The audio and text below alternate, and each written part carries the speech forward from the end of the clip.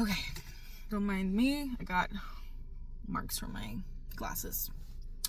I felt inclined to talk about this. And I had gone back and forth for a long time on whether I wanted to even have this conversation, but I felt called that I needed to have this conversation. I grew up in a very hyper religious household. I think I always questioned throughout my whole adolescence, but in my early 20s, I had made an active decision that I knew that when I found my future partner, they weren't going to be part of the same religion, because I felt like I was going to be trapped. But it was in my mid to late 20s where I started questioning on whether I myself even wanted to be committed to this religious belief that was chosen by my parents. And I was always told growing up that I had free will, but then when I made the decision, neither my parents nor did the other people who are also part of the same belief system agree with it, which is ironic. I was during 2020 where I had just decided I was no longer going to associate myself with these people. And it was a really, really tumultuous and hard time outside of what the whole world was going through with Rona. I had so many internal battles within myself that I'd even question if this was the right decision. I questioned my own existence. I just questioned absolutely everything. I did a lot of crying. I did a lot of shedding, unlearning from the conditioning that was put upon me from such a young age, that I just decided, you know what, I no longer want to associate myself not just with this religion, but any religion. Now, what I felt called to talk about was two things. One, I am in a point in my life now, 5 years later, where I feel like I have been building a spiritual home for myself. A home, community, and what God and my relationship with God really means and what it really is. And you're going to see so many changes that you're going to be like, where'd that come from? It's just because I haven't been comfortable enough to share my spiritual practice with anybody because of how I grew up. If it wasn't this religion, the subsect of this religion, then it was nothing at all. And I'm kind of just in a place where I want to share, but I also don't want to continue having to I want to share without having to feel like I have to continue hiding myself. And then the second part is, I've been asked a lot, hey, if you believe in spirituality or Christianity or these different practices, why not have a partner who also sees eye to eye with you on that? And for a while now, I thought about being unevenly yoked, how it's two opposites could clash and all this other stuff.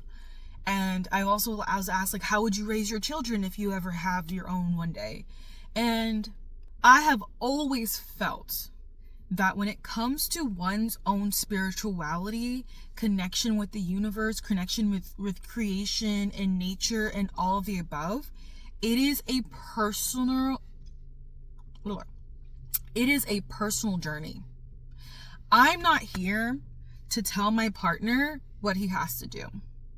I'm not here to embed high expectations and obligations on potential future children. That is not my place, and I should never, ever, ever do that to a human being. For me, as long as my partner and future children are good humans, that's literally all that matters. That's all that matters.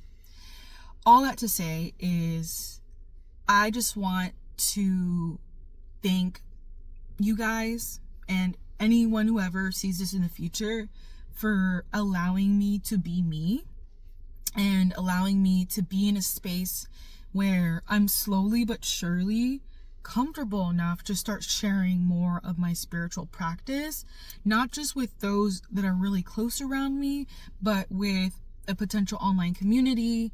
I was really big on Reddit, but because of the powers at be, I stopped posting on that platform and any other one, just because I was just so tired of having these external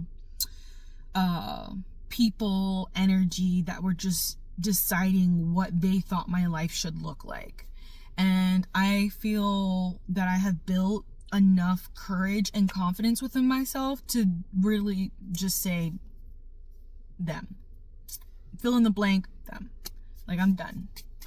And I feel like this is kind of like a closing of a chapter and an opening of another one.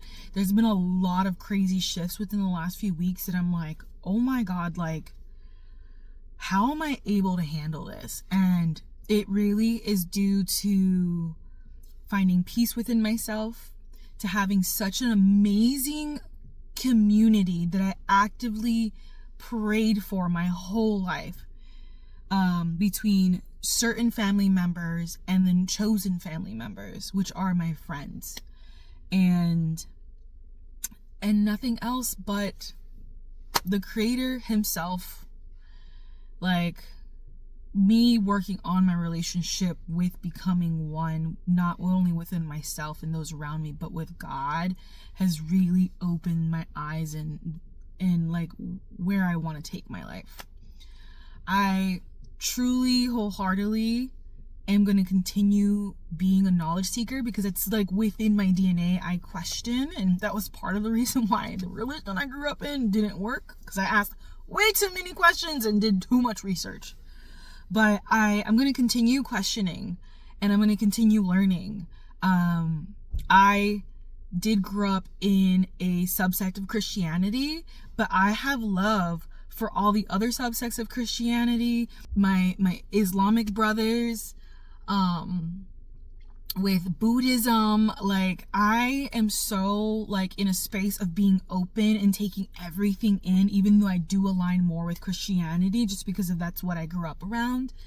But I'm just so excited about what this future of spiritual awakening, spiritual education, spiritual searching is going to be. Like, I'm so excited. And two things that actually I'm just gonna share the books and call it a day. That's all I'm gonna leave it at. Is the first one is The Artist Way. I picked this up also during 2020, but a lot of things happened, put it down, and I am ready to like dive deep in here. I'm actually like looking at some of like my old notes that I made a while back when I did it originally, that I am so looking forward to getting into. And then I have this book. It's called A Beautiful Year in the Bible by Alabaster Coat. It's a 52-week Bible study for women. Oh my God. So I'm just hoping that with you guys, these resources, that something continues to shift. So thank you for hearing me yap and banter. I'm going to leave it at this because we are almost 10 minutes in. So I love and appreciate all of you. And for those who have been in my back corner, I love you even more, because you have supported me in my growth, because I truly, truly feel that within these last 5+ years of my friendship with you, and you guys know who you are, I've truly become a different person. So anyways, I'm going to leave it at that.